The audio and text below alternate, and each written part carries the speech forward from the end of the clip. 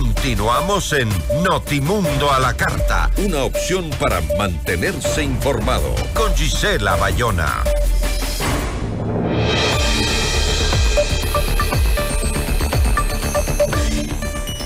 Hace pocos minutos, con 76 votos a favor, se aprobó en el Pleno de la Asamblea Nacional el informe que recomienda el Tratado de Libre Comercio entre Ecuador y China. ¿Qué es lo que pide a cambio China por estos beneficios de exportación a los productos ecuatorianos? La entrevista a la carta, en diálogo directo con los protagonistas de los hechos. Nos acompaña a esta hora Daniel Legarda, exministro de Producción y Comercio Exterior. ¿Cómo está? Muy buenas tardes. Gracias por acompañarnos.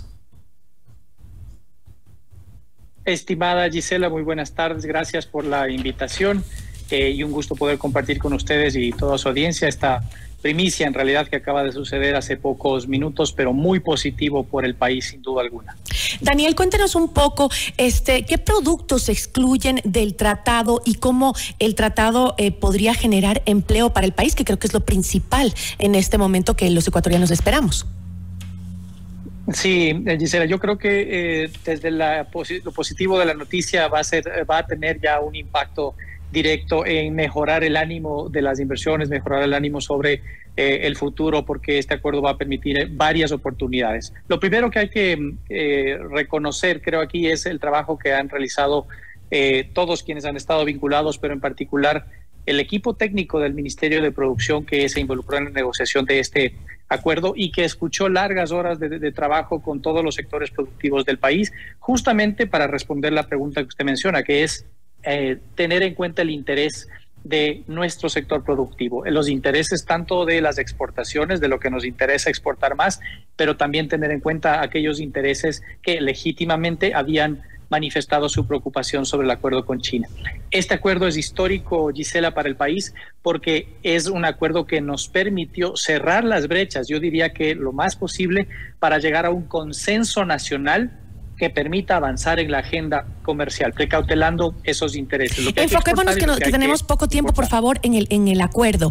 Cuéntenos un poco qué reducción arancelaria se presentaría para los productos ecuatorianos en el mercado chino, las especificaciones más importantes para el Ecuador de ese tratado.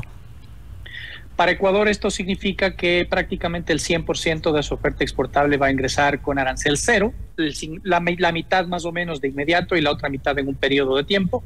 Y por el lado de las importaciones, el 77% de lo que compramos de China son materias primas, insumos, bienes de capital. Buena parte de eso tendrá arancel cero desde el inicio del acuerdo, otros en un periodo adicional. Pero para precautelar los sectores sensibles se establecieron exclusiones, bastantes exclusiones de 820 líneas arancelarias que cubren sectores sensibles como el sector metal mecánico, el sector de cuero y calzado, el sector textil, entre otros, y plazos largos de desgravación para otros productos como por ejemplo los automóviles. Esto nos va a permitir mantener ese balance, va a permitir que se generen empleos adecuados y con eso también una mayor integración de Ecuador al mundo y en este caso ratificar y profundizar en nuestro comercio con China, que es ya nuestro principal socio comercial y el principal destino de las exportaciones no petroleras. ¿Y qué tipo de empleo de empleos son los que se crean cuando aumentan estas exportaciones? Es una excelente pregunta, Gisela. Hace algunos años atrás se realizó un estudio con la OIT que básicamente lo que demostraba era que aquellos empleos en Ecuador, ¿no? Para el caso de Ecuador, aquellos empleos que están vinculados con las exportaciones pagan salarios más altos que aquellas empresas que no están vinculadas con las exportaciones. Esto está asociado también a mayor formalidad y se entiende que hay mayor productividad que permite pagar ese mejor salario. Entonces, los empleos que se van a generar son empleos adecuados.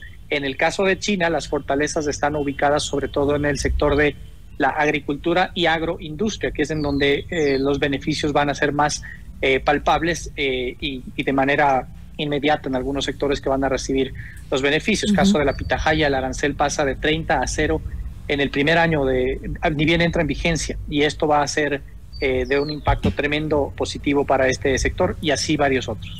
Ahora bien, ¿qué es lo que pide a cambio China por estos beneficios de exportación a los productos ecuatorianos? Y me refiero principalmente a la preocupación de algunas organizaciones ambientales. que decían que el TLC estipula que China podría enviar cenizas resultantes de la quema de entidades municipales de ese país, chatarra, vidrio, líquidos tóxicos, pilas y desechos electrónicos. ¿Eso cómo se lo planteó? ¿Se lo acepta tal cual? No, Gisela, yo quiero decirle aquí a toda la población que manifestó su preocupación, a las organizaciones sociales que manifestaron su preocupación, en la mayoría de casos preocupaciones legítimas, pero sin entendimiento de qué es un acuerdo comercial, qué contiene, qué se negocia y qué no se negocia, la parte más importante. Todas sus preocupaciones están totalmente recogidas y cubiertas. No hay ninguna disposición para que China se convierta en Ecuador se convierta en basurero de China, ni para importar chatarra y demás. El acuerdo comercial con China permite ratificar el derecho que tiene el Estado ecuatoriano a través del gobierno de poder regular sobre los temas que son de interés nacional, por ejemplo, el medio ambiente. Y en ese sentido, ya la regulación interna, desde la Constitución, el Código Ambiental y varias leyes, como por ejemplo la Ley de Reutilización y Prohibición de Plásticos de un Solo Uso, ya establecen limitaciones, prohibiciones en algunos casos para el determinado uso, incluso importación de los denominados desechos o de plásticos, en el caso del ejemplo de los plásticos. Eso con el acuerdo comercial no solamente que se ratifica, Gisela, sino que Ecuador está totalmente abierto a poner la disposición del Estado, la potestad de poder poner nuevas medidas en caso de considerarlas necesarias. Eso quiere decir que si el día de mañana hay una alerta referente a importaciones de un determinado producto que pueda hacer que esté causando daño al medio ambiente, Ecuador tiene todo el derecho de poner una restricción.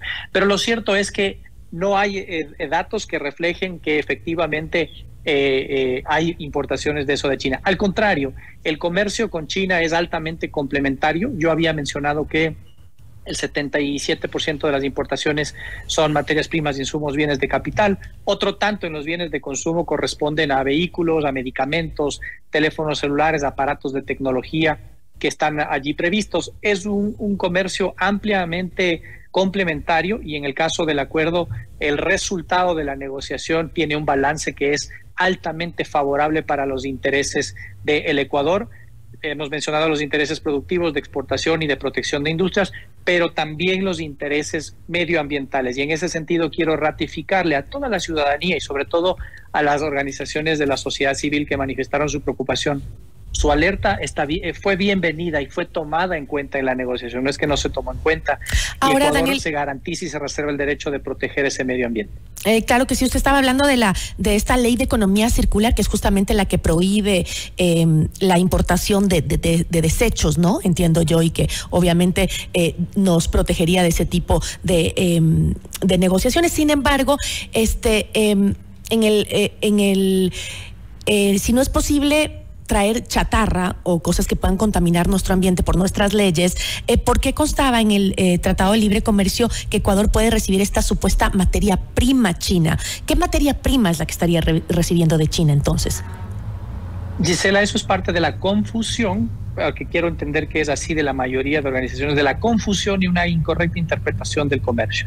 Lo que sucede es que a nivel internacional, y esto es en base a convenciones de la Organización Mundial de Comercio y de la Organización Mundial de Aduanas, existe una clasificación arancelaria internacional. Esa clasificación es uniforme y homologada a nivel internacional para poder tener un comercio mucho más ordenado y que podamos saber que lo que yo estoy vendiendo es cacao y lo que estoy comprando es vehículos, ¿no? Y se pueda clasificar en un número determinado.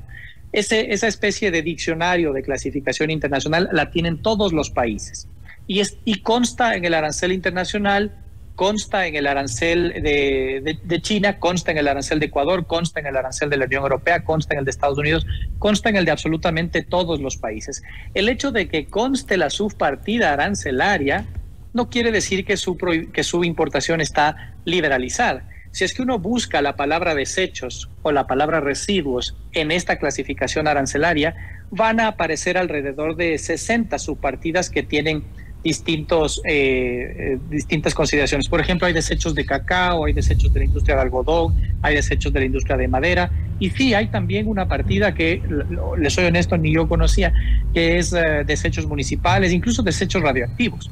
Es una clasificación arancelaria, no quiere decir que eso habilita una importación.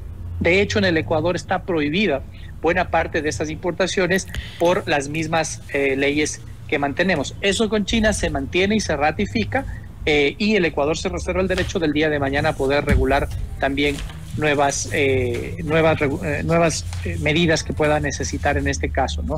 Pero en eso no va a pasar, y lo que creo que debemos ver ahora, como decía Gisela, es la gran oportunidad que esto presenta.